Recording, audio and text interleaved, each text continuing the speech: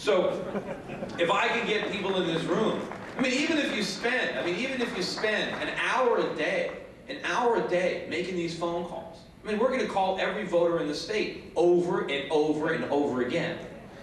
And, you know, I mean, Linda McMahon can buy all the ads she wants, but no one's looking at those ads. But people are going to answer the phone, right? And so, and it's a human. We're not making calls from a machine. You know, you get a call from a machine, you hang up. So people are going to take these calls. So that's number one. And then the second thing you can do is fundraise. And the way that's going to work is, again, you're going to see a name and phone number. You can call up a donor list. And these are from all states. People in my database, people who have donated to Republicans. And basically you try to get them to raise money. And if they tell you, yes, I'm willing to donate, great, how much will you do? The computer is going to call you when you hang up the phone. You hang up the phone, and the computer will call that person and take their donation. The computer will take all the information, so there's no worry about, you know, the volunteer getting their credit card number and do something bad with it.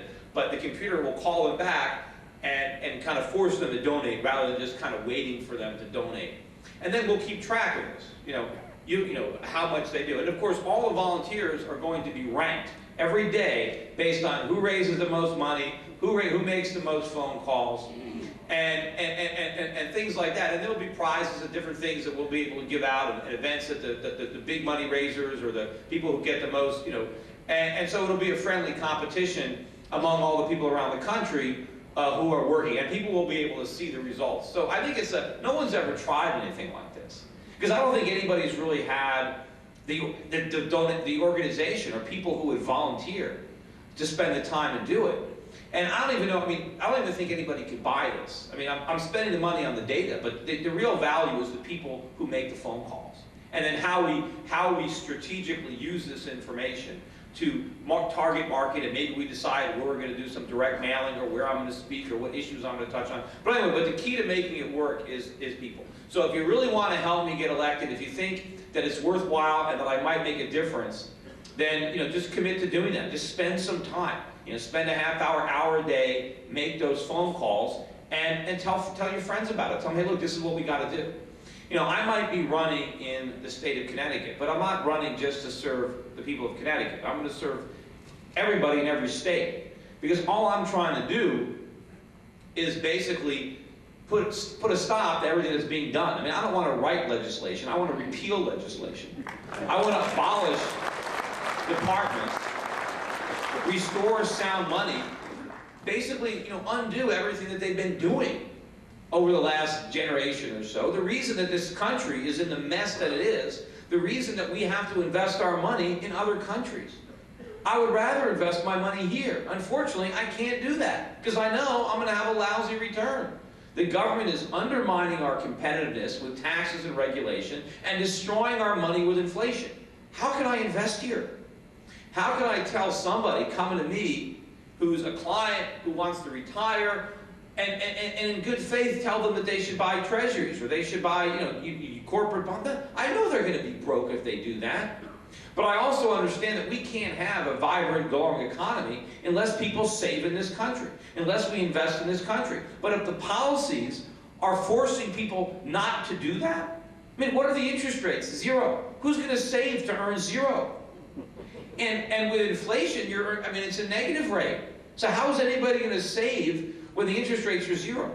We need higher interest rates, but the government won't do that, because when they raise interest rates, the phony bubble economy comes collapsing down around them. And then all the institutions they bailed out are failing again.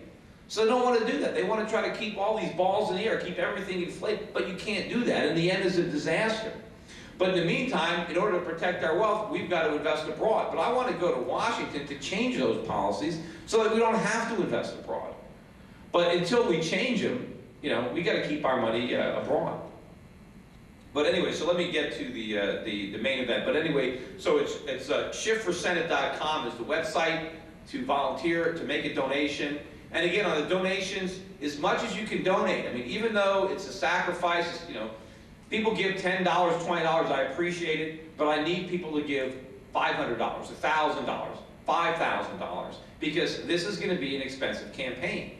And I need the money for the media, because in addition to what you guys are doing, making the phone calls, I'm going to do direct mail, I'm going to have radio, I'm going to have billboards, I'm going to have television ads. But that's the stuff that's going to cost a lot of money. But hopefully with all that, there's 5 people in the race. You know, I don't need to get a majority, maybe 25, 30%. And hopefully, you know, if we can get enough independents to register Republican to vote for me, maybe I can tip the odds. And if I get the nomination, I think I got a pretty good shot of beating Chris Dodd. I mean, he's very unpopular.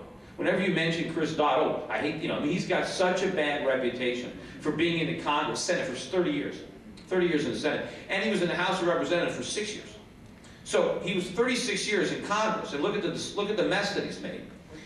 And before that, he was in law school, and he was in the Army. That's it. He's never actually worked, right? He's never had to live with the regulations he writes. He's never employed anybody, right? He's never met a payroll. He's never done anything. And his father never did anything either, because his father was a senator. So it was like a hereditary title. He's like in the House of Lords. So he's, you know, he's totally corrupt. The thing, you know, with all his corruption and all the money he's been able to, you know, all his sweetheart deals he got, you know, from Countrywide and the deal he got on his cottage in Ireland, he's still one of the poorest people in the Senate. Let's go figure. I mean, you know, he's not even good at stealing. But his wife apparently is making, because his wife is on the boards of a lot of the companies that he oversees, and she collects all this money now. She wasn't making any money until she married him. But anyway, so I think if I can be up against Chris Dodd, and it'd be a great debate. I mean, it'd be, you know, just to see me debate the guy. But so it's not impossible that, like, so if you can help me get the Republican nomination, there's a good chance I'll beat Dodd. If I beat Dodd and I'm in the Senate, I mean, I'll be the only Republican in all of New England in the Senate. In the House too. So I mean, I could be the leader of the Republican Party. I mean, how are they going to deny? I mean, who else is leading it?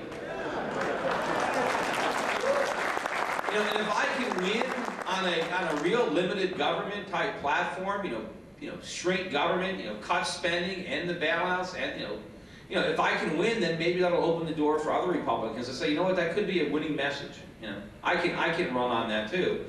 And of course, you know, there's going to be a big battle in 2012, and that's, you know, the reason I really want to get there is because 2012 is going to be a very, very key election, because the country's going to be a mess by then. I mean, if people thought it was bad in 2008, they ain't seen nothing yet.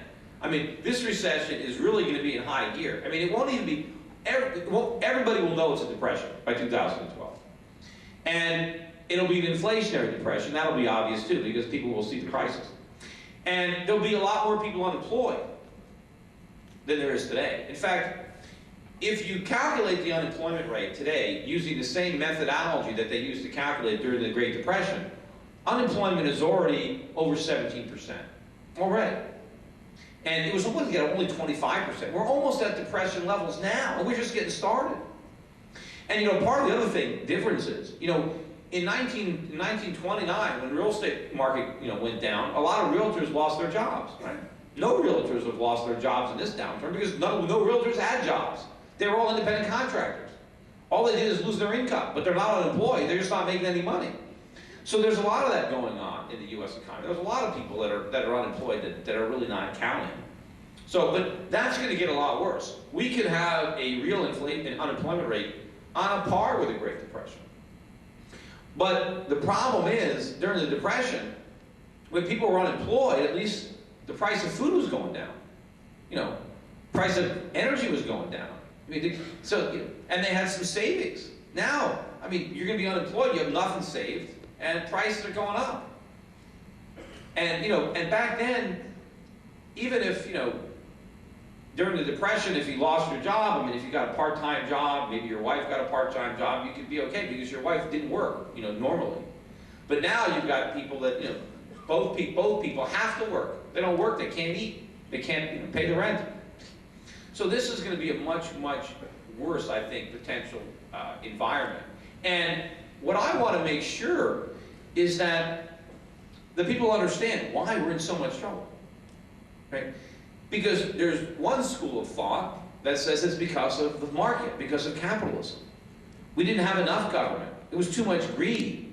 Wall Street did this to us because they're all greedy.